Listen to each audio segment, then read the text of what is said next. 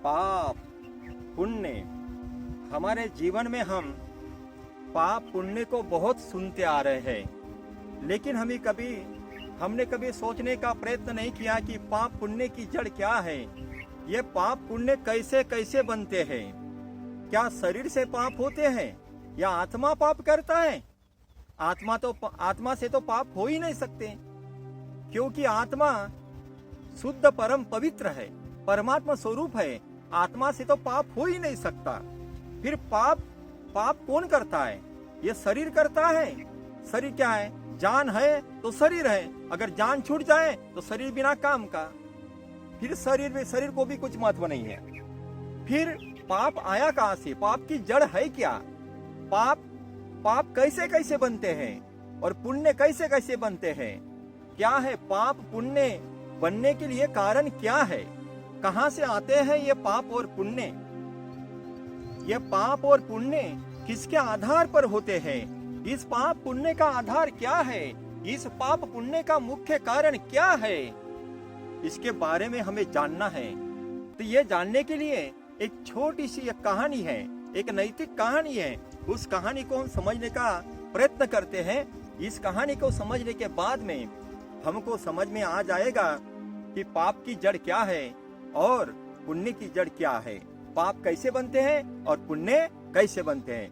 तो क्या था, एक गांव में एक पुजारी रहा करता था। पुजारी तो मंदिर में ही होता है ना, तो मंदिर में पुजारी रहा करता था। ठीक उस मंदिर के सामने में ही एक वेश्या का घर था। वेश्या का काम करती है ये हमको बताने की जरूरत नहीं है। वेश्या का काम कौन सा होता है ये जग जाहिर है, ठीक है।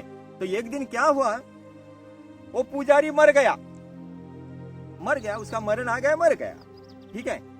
और जिस दिन पुजारी मरा उसी दिन वेश्या की भी मृत्यु हो गई। यानी दोनों एक ही साथ, एक ही दिन, एक ही समय में मर गए। तो उनको लेने के लिए कौन आए? यमदूत आए।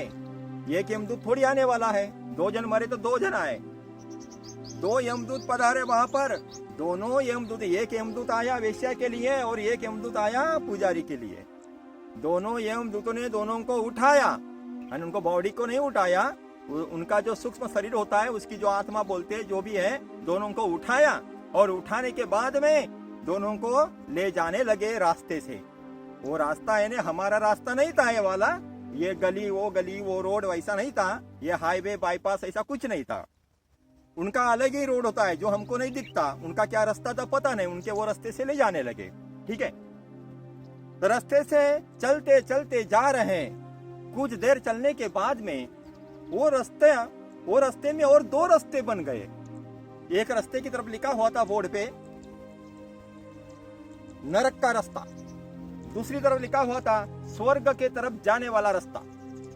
नरक के तरफ जाने वाला। तो ये यमदूत पुजारी को लेकर जा रहा था, वो नरक के रास्ते चलने लगा। तो पुजारी को रहा नहीं गया, ओ भाई रुक जरा, मेरे को कहाँ ले जा रहा है तू? नरक के रास्ते, और वो वेश्या उसको स्वर्ग के रास्ते। ऐसे कैसे हो सकता है भाई? तुम्हारे हाथ से बहुत भारी भूल हो रही है, गलती हो रही है, सब अदला बदली हो रही है, उल्टा पुल्टी हो रही है। देखो भाई, आपके हिसाब में जरूर गड़बड़ी है। ऐसा कभी हो सकता है क्या? ऐसा कभी हो नहीं सकता। यमदूत भी बोलते हैं, सोचते हैं, हाँ यार, इतना बड़ा विश्व का कारोबार संभालते हैं हम लोग, तो थोड़ी बहुत गलती हो सकती है। तो जिसके पास में हिसाब किताब रहता है, क्यों ना एक बार उनको जाकर और पूछ लेते हैं कि पुजारी का रास्ता कौन सा है और वेश्या का रास्ता कौन सा है। हो सकता है अदला बदली भी हो सकती है, क्योंकि हमको भी यकीन नहीं आ रहा है यहाँ। क्योंकि ये पुजारी बेचारा दिन रात मंदिर में पूजा करता था, वो नरक कैसे जा सकता है? और वेश्या इतनी नीच काम करते हुए भी स्वर्ग कैसे जा सकती है? तो एक यमदूत दूसरे यमदूत को बोलता है, अरे भाई तुम यहाँ पर रुको थोड़ी देर के लिए, मैं बड़े साहब से बात करके आता हूँ। बड़े साहब, उनका जो भी बड़ा साहब होता है, बड़े साहब के पास जाता है, वहां पर उसका रखा रहता है हिसाब किताब पूरा। तो जाता है और थोड़ी देर के बाद में वापस आता है और बोलता है, अरे नहीं यार, हिसाब में कोई गड़बड़ी नहीं है, बहुत सही हिसाब है। हाँ, ये पुजारी के लिए नरक ही मिला है और वेश्या के लिए स्वर्ग ही मिला है। पुजारी बोलता है ऐसा कैसा, ये तो अत्याचार है भाई हम पर, हम नहीं आएंगे नरक को, कैसे आएंगे? दिन रात भगवान का भजन किए, दिन रात भगवान की पूजा पाठ किए और हम नरक को क्यों आएंगे? वेश्या चुपचाप थी, वो तो खुश थी ना, उसको तो स्वर्ग मिल रहा था। वो क्या बोलने वाली है? फिर रहने गया, नहीं नहीं मैं यही बैठा रहूंगा, नहीं स्वर्ग जाऊंगा ना नरक जाऊंगा। पुजारी हिलने को तैयार नहीं।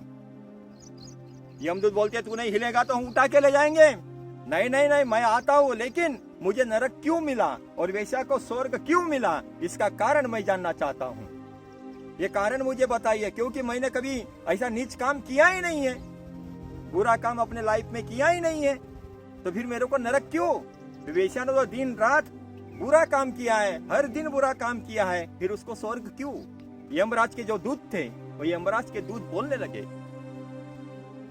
देखो भाई तुम दिन रात मंदिर में पूजा पाठ किया करते थे, घंटा बजाया करते थे, घंटी बजाया करते थे, ताली बजाया करते थे, भगवान का भजन किया करते थे, इसमें कोई भी शक नहीं है। लेकिन तुम मन में सोचते रहते कि वेश्या वो कितनी सुंदर है, देखो वहां पर लोग आते हैं जाते हैं, लोग आकर के जाकर के वहां पर मजा करते हैं, वो कितने अच्छे लोग हैं, कितनी खुशियां प्राप्त कर रहे हैं वो लोग, कितना जिंदगी का मजा उठा रहे हैं। तुम अपने मन को हमेशा कोसते रहते थे, तुम्हारे मन में यही ख्याल आता था, काश अगर मैं मंदिर का पुजारी ना होता और उन लोगों जैसा होता तो आज भी मैं उस वेश्या के घर जाता और ये वेश्या से मौज मनाता। ये तुम्हारे मन में हमेशा ख्याल चलता रहता था। जब भगवान की तुम पूजा पाठ करते तो तुम्हारे मन में वो वेश्या की तस्वीर रहती थी, उस वेश्या को ही तुम देखा करते थे, भगवान को नहीं देखा करते थे। तुम्हारा शरीर आरती घुमाया करता था, लेकिन मन में भगवान की छवि ना होकर उस वेश्या की छवि हुआ करती थी। जब रात को तुम सोते थे तो तुम सपने देखा करते थे वेश्या के, कि काश वो वेश्या भी मेरे साथ होती तो मैं भी उसके साथ में मजा करता जैसे लोग मजा करते हैं। और जब नाच गाना वेश्या की यहाँ शुरू होता था तब तो तुम मन में यही सोचा करते थे, काश अगर मैं भी पुजारी ना होता तो मैं वहां जाके बैठ जाता और वेश्या के साथ बड़ी अच्छी मजा करता, जीवन का मजा उठाता, जीवन का लाभ उठाता। काश ये भी मेरे नसीब, ये कितने बेकार मेरे नसीब हैं जो मैं मंदिर में बैठकर इस पत्थर के मूर्त की पूजा कर रहा हूँ। आखिर दुनिया में भगवान है क्या नहीं है किसको पता है, लेकिन मैं इस पत्थर के मूर्त को पूज रहा हूँ। इसी प्रकार के मन में तुम्हारे भावना चलती रहती थी। तुम्हारे मन में कभी पवित्र भाव आया ही नहीं, लेकिन तुम्हारे मन में भाव भगवान के प्रति कुछ भी नहीं था, भजन के प्रति कुछ भी नहीं था। जब मंदिर में पूजा होती थी, भजन होता था, आरती होती थी, घंटियां बजती थी, उस समय वो वेश्या अपने घर में एक आसन पर बैठ करके प्रभु का ध्यान लगाती थी, भगवान का ध्यान लगाती थी और हमेशा अपने काम को, अपने बुरे काम को कोसती रहती थी, लेकिन मन में, शरीर से तो बुरा काम करती थी लेकिन मन में सोचती रहती थी, हाय भगवान, हे ईश्वर, मैं करूँ तो क्या करूँ, ये जन्म तो मेरा ऐसा ही व्यर्थ हो गया, लेकिन अगले जन्म में मेरे को मंदिर की पुजारन ना सही, लेकिन मंदिर के आंगन में रहने वाली धूल जरूर बना देना। यानी हमेशा भगवान के बारे में उसके दिमाग में भगवान ही चलता रहता था, उसके दिमाग में हमेशा ईश्वर ही चलता रहता था।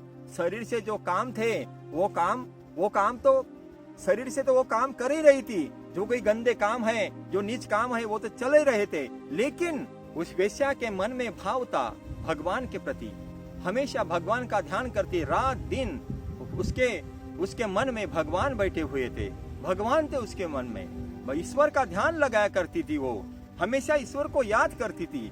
और पुजारी होकर भी, ईश्वर की पूजा पाठ करते हुए भी, मंदिर में पूजा पाठ करते हुए भी तुम्हारे मन में गलत विचार, गलत धारणा बनी हुई थी, जिसके कारण तुम्हारे मन में पाप भावना बढ़ गई इसीलिए तुमको नरक मिला है और इस वेश्या को स्वर्ग मिला है।